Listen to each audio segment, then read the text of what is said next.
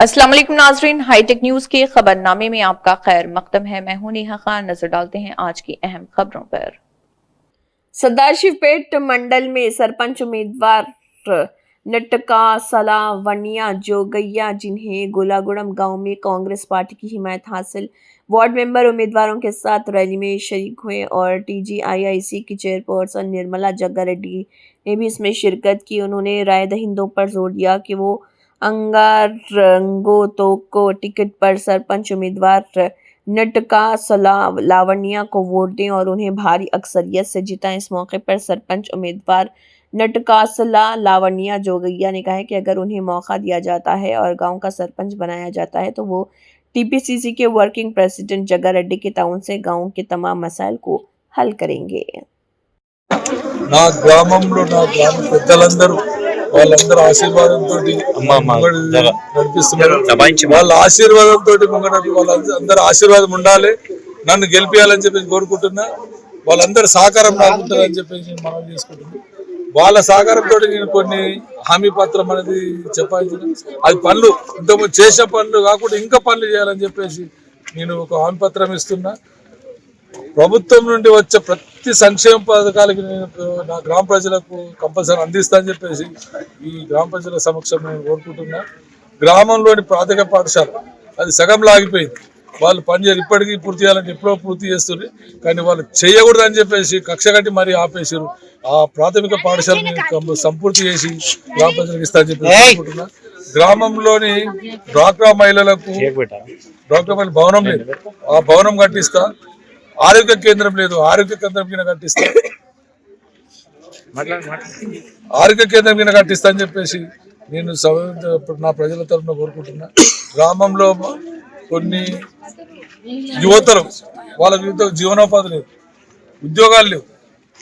మా హైకమాండ్ నిర్మల జగ్గారెడ్డి గారు మా అధికారులంతా నేను ఒకటే మొన్న కోరుకున్నా. మొన్న ఒక ప్రోగ్రాం పెట్టిన నా గ్రామ ప్రజలందరి సహకారంతో ఒక పెద్ద ఫౌండేషన్, అమ్మ ఫౌండేషన్ అని చెప్పేసి పెద్ద ఫౌండేషన్ స్థాపించడం. ఆ రోజు మా హైకమాండ్ కోరడం అయింది.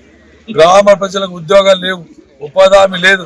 నాకు వాళ్ళకి చాలా మందికి ఉపాధి కల్పించాలని చెప్పి మేడం గారు అన్నారు, మీకు ఎంతమందికి ఉద్యోగాలు కావాలంటే అంతమందికి నేను కంపెనీలని చెప్పేసి కంపల్సరీ ఇప్పిస్తా అని చెప్పేసి మేడం గారు నాకు హామీ ఇచ్చారు. ఆమె హామీ పరంగా కంపల్సరీ వాళ్ళకు మా గ్రామ ఉన్న యువతకు ఉద్యోగాలు ఇప్పిస్తా అని చెప్పేసి నా గ్రామ ప్రజల తరఫున నేను కోరుకుంటున్నాను. కంపల్సరీ నేను హామీ ఇస్తున్నా. వాళ్ళ హామీని వాళ్ళు ఏది కోరుకుంటారని పని చేయడానికి రెడీ ఉన్నారని చెప్పేసి కోరుకుంటున్నాను. రైతులకు కూలీలకు పనిముట్లు అందుబాటులో రాలేకపోయినా ఈ 10 సంవత్సరాల పాలనలో గొల్లగూడెం గ్రామంలో గవర్నమెంట్ నుంచి ప్రభుత్వం నుంచి వచ్చే పనిముట్లు ఇంతవరకు రాలేకపోయింది.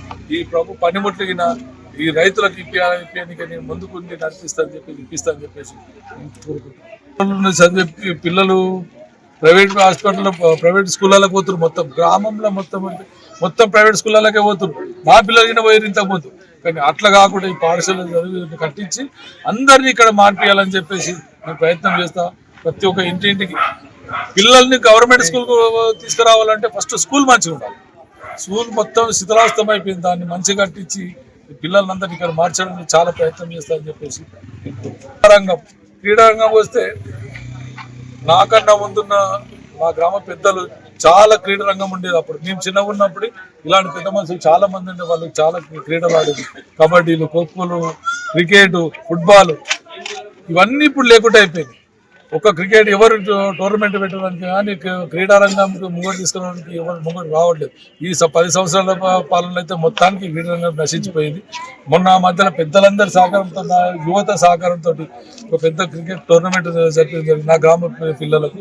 వాళ్ళు దగ్గర 200 మంది పిల్లలు క్రికెట్ 2 గ్రామాలు కలిసి క్రికెట్ టోర్నమెంట్ పెడితే వాళ్ళు టోర్నమెంట్లో పార్టిసిపేట్ చేయడం. ఇలాంటి ఇంకెన్నో క్రికెటే కాదు, కబడ్డీ, ఖోఖో, వాలీబాల్, ఫుట్బాల్ ఇలాంటి ఈ గ్రామ పిల్లలు యువతత్వం వాళ్ళకు సహకరిస్తారని చెప్పేసి నేను కోరుకుంటున్నాను. వెనుకబడి ఉన్నది అవన్నీ చెప్పాలంటే అది ఇంత లేదు. మొత్తం ఈ 10 సంవత్సరాల్లో ఏమీ అభివృద్ధి లేదు. కాబట్టి ఇవన్నీ గ్రామాన్ని చాలా అభివృద్ధి పని తీసుకుపోవాలని చెప్పేసి మా ప్రజలందరూ నాకు సహకరిస్తారు. పెద్ద మనుషులందరూ నాకు సహకరించి నేను చేస్తాను, వాళ్ళకు నమ్మకం ఉన్నది కాబట్టి నాకు సహకరిస్తున్నారు. వాళ్ళ నమ్మకాన్ని నేను ఇప్పుడు వమ్ము చేయని చెప్పేసి ఆ గ్రామ ప్రజలందరూ కూడా నేను ప్రమాణం చేస్తున్నా. నా ఉంగరం గుర్తుకు మా లావణ్య ఉంగరం, ఆమె క్యాండిడేట్, ఆమె ఉంగరం గుర్తుకి ఓటేసి గెలిపించాలని చెప్పి నాకు గ్రామ ప్రజలను మనస్ఫూర్తిగా కోరుకుంటున్నాను. జగదీష్, నా ప్రజలందరికీ నమస్కారం. మాకు ఉంగరం గుర్తుకి ఓటేసి గెలిపించండి, మన ఊరిని అభివృద్ధి చేద్దాం. కానీ ఇంట్లో వాళ్ళు అన్నదమ్ములు కలిసి ఉంటేనే సంసారం నడుస్తుంది. ఇంట్లో వాళ్ళు మరి కలవకపోతే ఎట్లా ఉంటావు మనకు తెలుసు. పంచాయతీలు అంటే పంచాయతీ కూడా అడుగుతాడు, తిడతాడు.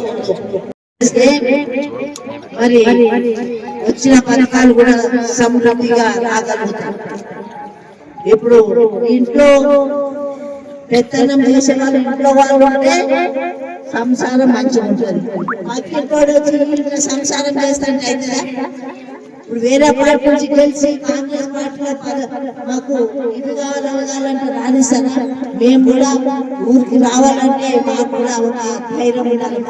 పార్టీకి సంబంధించిన క్యాండిడేట్ ఉంటే మేము రాగలుగుతాం, మేము ఇచ్చిన మాట నిలబెట్టుకోగలుగుతాం.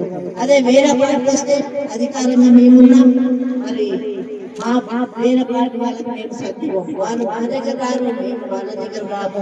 మరి ఊరనేది ఇక్కడే ఉండిపోతుంది. దయచేసి 10 ఏళ్ళు చూసినా మనం ఇచ్చిన మాట ఒకటి కూడా నెరవేర్చలేదు. సెంట్రల్ లో వాళ్ళు కూడా మరి మనకు ఏం చెప్పారంటే ఒక్కొక్క 15 లక్షలు అకౌంట్ లో వేస్తామన్నారు. వచ్చినా ఎవరైనా మీ ఊర్లో అది టీఆర్ఎస్ అయితే రాత్రి బగలు మందిని మాయం చేసే విధంగా చేసి ఎన్నో మాటలు చెప్పలేదు, ఒక్కటి కూడా చేయని ప్రభుత్వం. అది అయిపోయింది, అదవుతుందని ఇప్పుడున్న కాలాన్ని వృధా చేయకుండా కాంగ్రెస్ పార్టీ ఇళ్ల స్థలాలు ఉన్న వాళ్ళకి ఇందిరమ్మ ఇల్లు కనిపిస్తుంది. అలాగే 200 యూనిట్ల కరెంట్ ఫ్రీ చేసింది. మరి ఆడవాళ్ళకి బస్సు ఫ్రీ చేసింది. మరి ఆడవాళ్ళకి గ్రూప్ లో ఆడవాళ్ళకి ఇచ్చింది.